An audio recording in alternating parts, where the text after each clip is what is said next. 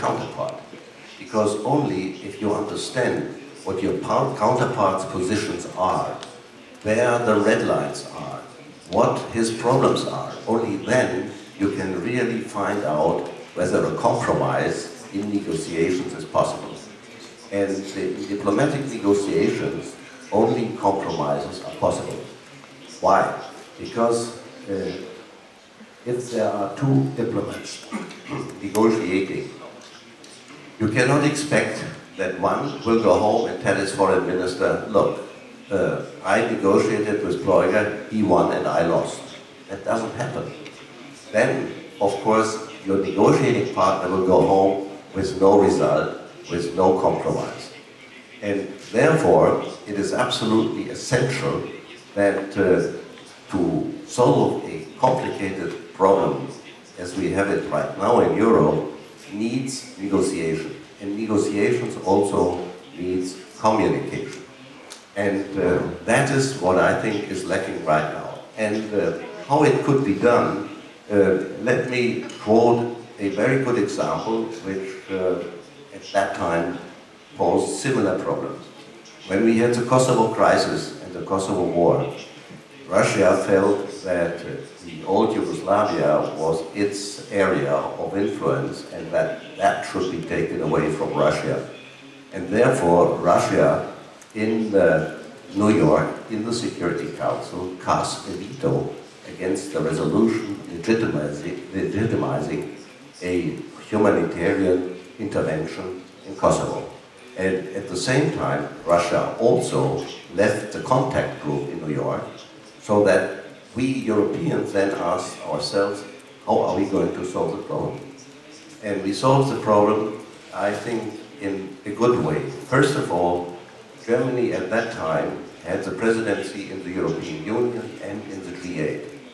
And then, under German presidency in the EU, we worked out a paper comprising the possibilities of solving this conflict and of ending this intervention that had been decided by NATO without legitimation of the Council. Now, we negotiated then this proposal how to end the Kosovo war in the G8. And in the G8, of course, Russia was present. And we were pretty sure, and we were right to think that this is such an important forum, Russia will not leave the G8 for political reasons. And that was exactly the case. And in the G8, in months of very difficult negotiations, we found a formula for a resolution of the Security Council that was adopted by the G8, was sent to New York, and the next day the war was over. So, what I mean is, we have to find a forum where we can negotiate and discuss the present problem in Europe, the problem of how we solve the Ukrainian problem and how we place Russia in a way as a European state. And you see, on my last visit with Chancellor Schröder in Kiev in 2002, the Ukrainians were asking already for being or for becoming a member of the European Union. And Schröder then said, well, Germany cannot decide that alone, and anyway, that is a long-term process. But if you want to get closer to the EU, and if you want to have a cooperation agreement, then I can promise you that Germany will support this effort on the part of Ukraine. Now,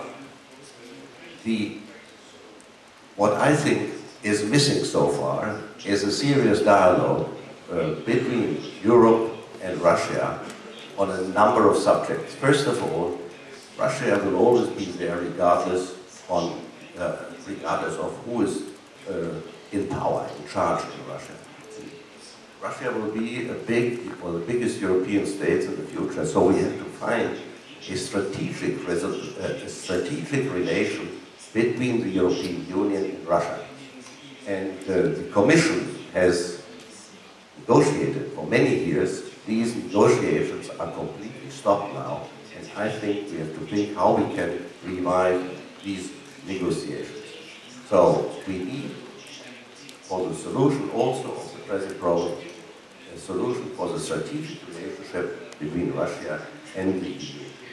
And another point that we should discuss is, if the Russians want the Eurasian Union, the Eurasian Customs Union, well, they can do that, but then we will create, or have created in Europe, two circles, two areas of integration.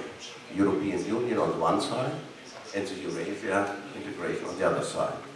But we have to make sure to find a solution how these two integrational areas work together and not against each other, and find rules on how to do this.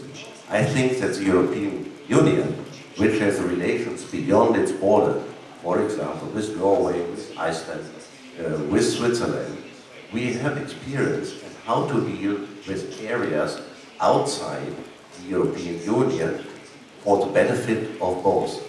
And there are solutions possible also in defining how Ukraine will fit into the concert of European integrational efforts. And but for that, we have to get together and discuss it. And I think I have to compliment my foreign minister, Steinmeier. I think he did the right thing when he went to Kiev for the first time, and he proposed, together, by the way, with Poland and France, that we find a forum where we can discuss all these issues, and we need an international organization that accompanies this process of negotiation. And one can, well, he proposed the OSCE, which is logical in a way because it was a CSCE that organized the Declaration of Helsinki, forbidding the change of borders by force. But on the other